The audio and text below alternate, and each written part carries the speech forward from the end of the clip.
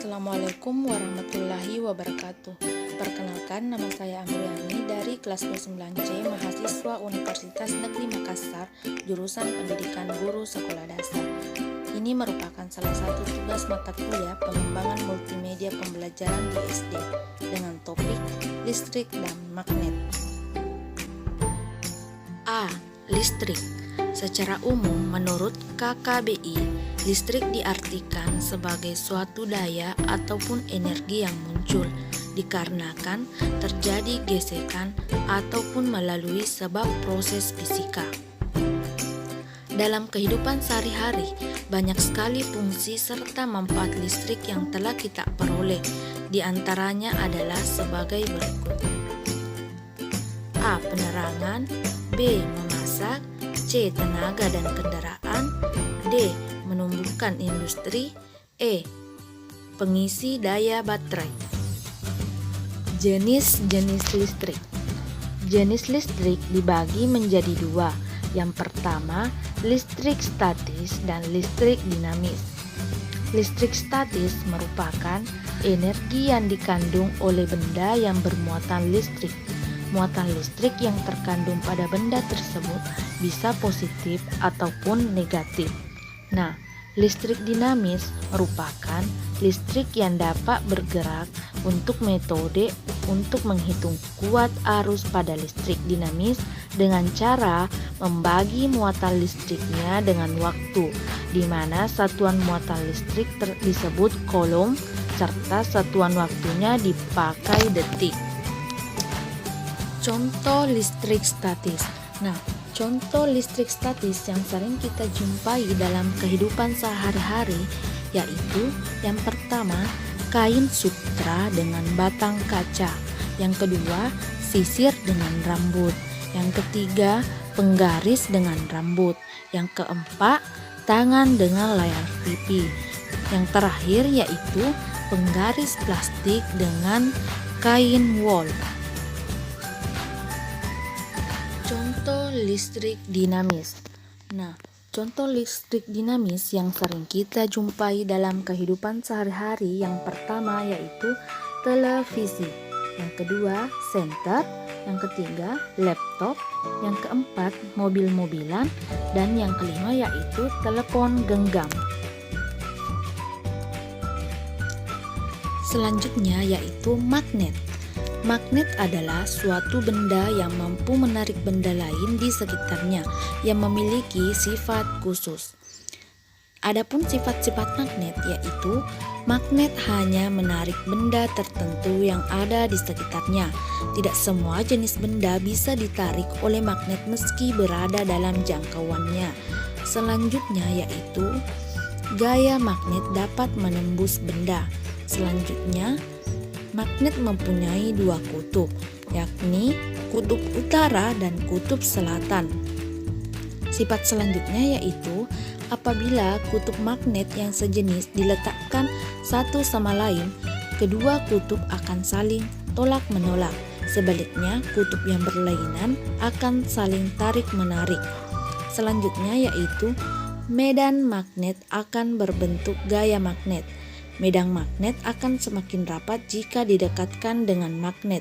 Selanjutnya yaitu sifat kemagnetan dapat melemah atau hilang karena hal tertentu seperti sering jatuh, terbakar, atau lainnya. Jenis-jenis magnet. A. Jenis magnet berdasarkan asal pembentuknya. Berdasarkan asal pembentuknya, magnet dibedakan menjadi dua jenis yaitu magnet alami dan magnet buatan. Magnet alam ialah jenis magnet yang sudah memiliki sifat kemagnetan secara alami, maksudnya magnet tersebut sudah memiliki sifat magnet tanpa ada campur tangan manusia. Magnet alam dapat berupa batu-batuan atau benda lain. Jenis magnet alam ini bisa dibilang cukup jarang ditemukan dan jumlahnya terbatas. Selanjutnya yaitu magnet buatan. Magnet buatan ialah jenis magnet yang sengaja dibuat oleh manusia. Magnet buatan biasanya dibuat dari bahan-bahan magnetit yang kuat, seperti besi dan baja. Saat ini, inilah magnet yang banyak ditemui. B. Jenis magnet berdasarkan sifat kemagnetannya.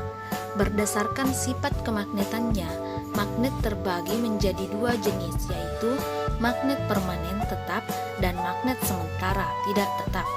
Magnet permanen atau tetap adalah magnet yang memiliki sifat kemagnetan yang cenderung tetap atau bertahan lama.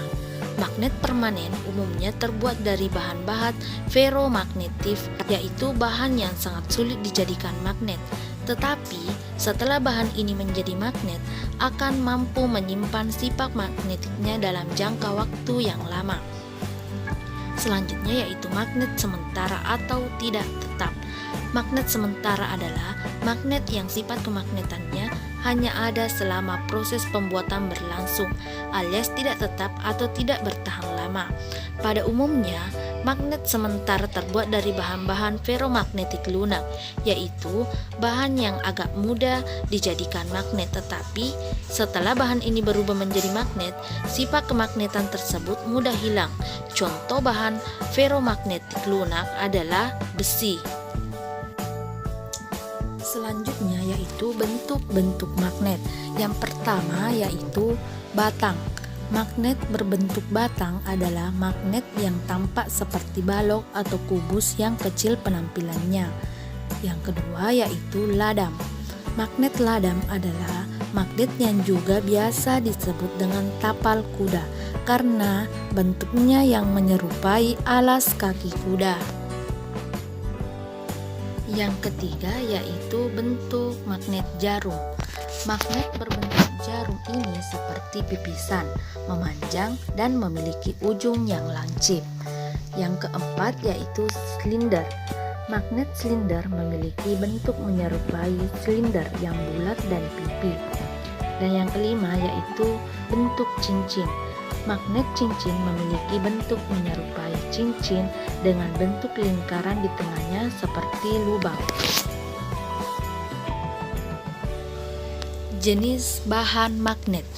Berdasarkan sifat kemagnetannya, jenis bahan magnet secara umum terbagi menjadi dua, yaitu bahan magnetik atau ferromagnetik dan bahan non-magnetik. Bahan magnetik atau biasa disebut dengan ferromagnetik adalah benda yang dapat ditarik dengan kuat oleh magnet. Jika benda jenis ferromagnetik berada dekat dengan magnet, magnet akan menarik benda tersebut. Selain itu, benda yang termasuk bahan ferromagnetik dapat dijadikan suatu magnet. Contoh bahan ferromagnetik adalah baja, besi, nikel, dan kobalt. Selanjutnya yaitu bahan non-magnetik. Bahan non-magnetik terbagi atas dua, yaitu paramagnetik dan diamagnetik. Paramagnetik adalah benda yang dapat ditarik dengan lemah oleh magnet kuat.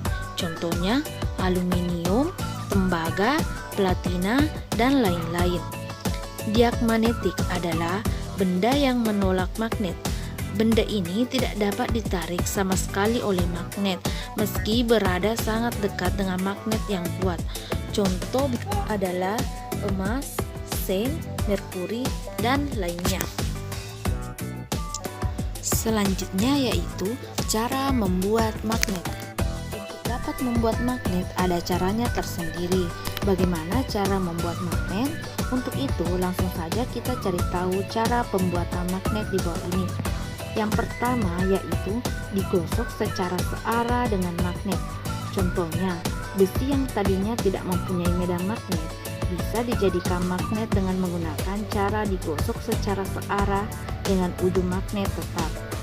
Yang kedua yaitu dengan menggunakan cara dialiri arus listrik yang searah. Contohnya, besi yang akan dijadikan magnet dengan menggunakan cara dialiri arus listrik yang searah, dan kemudian besi dililit dengan menggunakan kawat, kemudian dihubungkan dengan batu baterai yang akan menjadi magnet elementer yang ada pada besi dan akan dipengaruhi arus listrik DC yang dihasilkan oleh baterai dan kemudian akan menjadi magnet elementer yang searah dan teratur. Yang terakhir atau yang ketiga yaitu dengan menggunakan induksi magnet. Contohnya, besi dijadikan magnet dengan cara induksi. Dengan menggunakan cara besi diletakkan dekat dengan magnet tetap, maka akan menyebabkan magnet elementer yang ada pada besi dipengaruhi oleh magnet tetap yang bisa menjadikan magnet elementer menjadi teratur dan mengarah pada satu arah.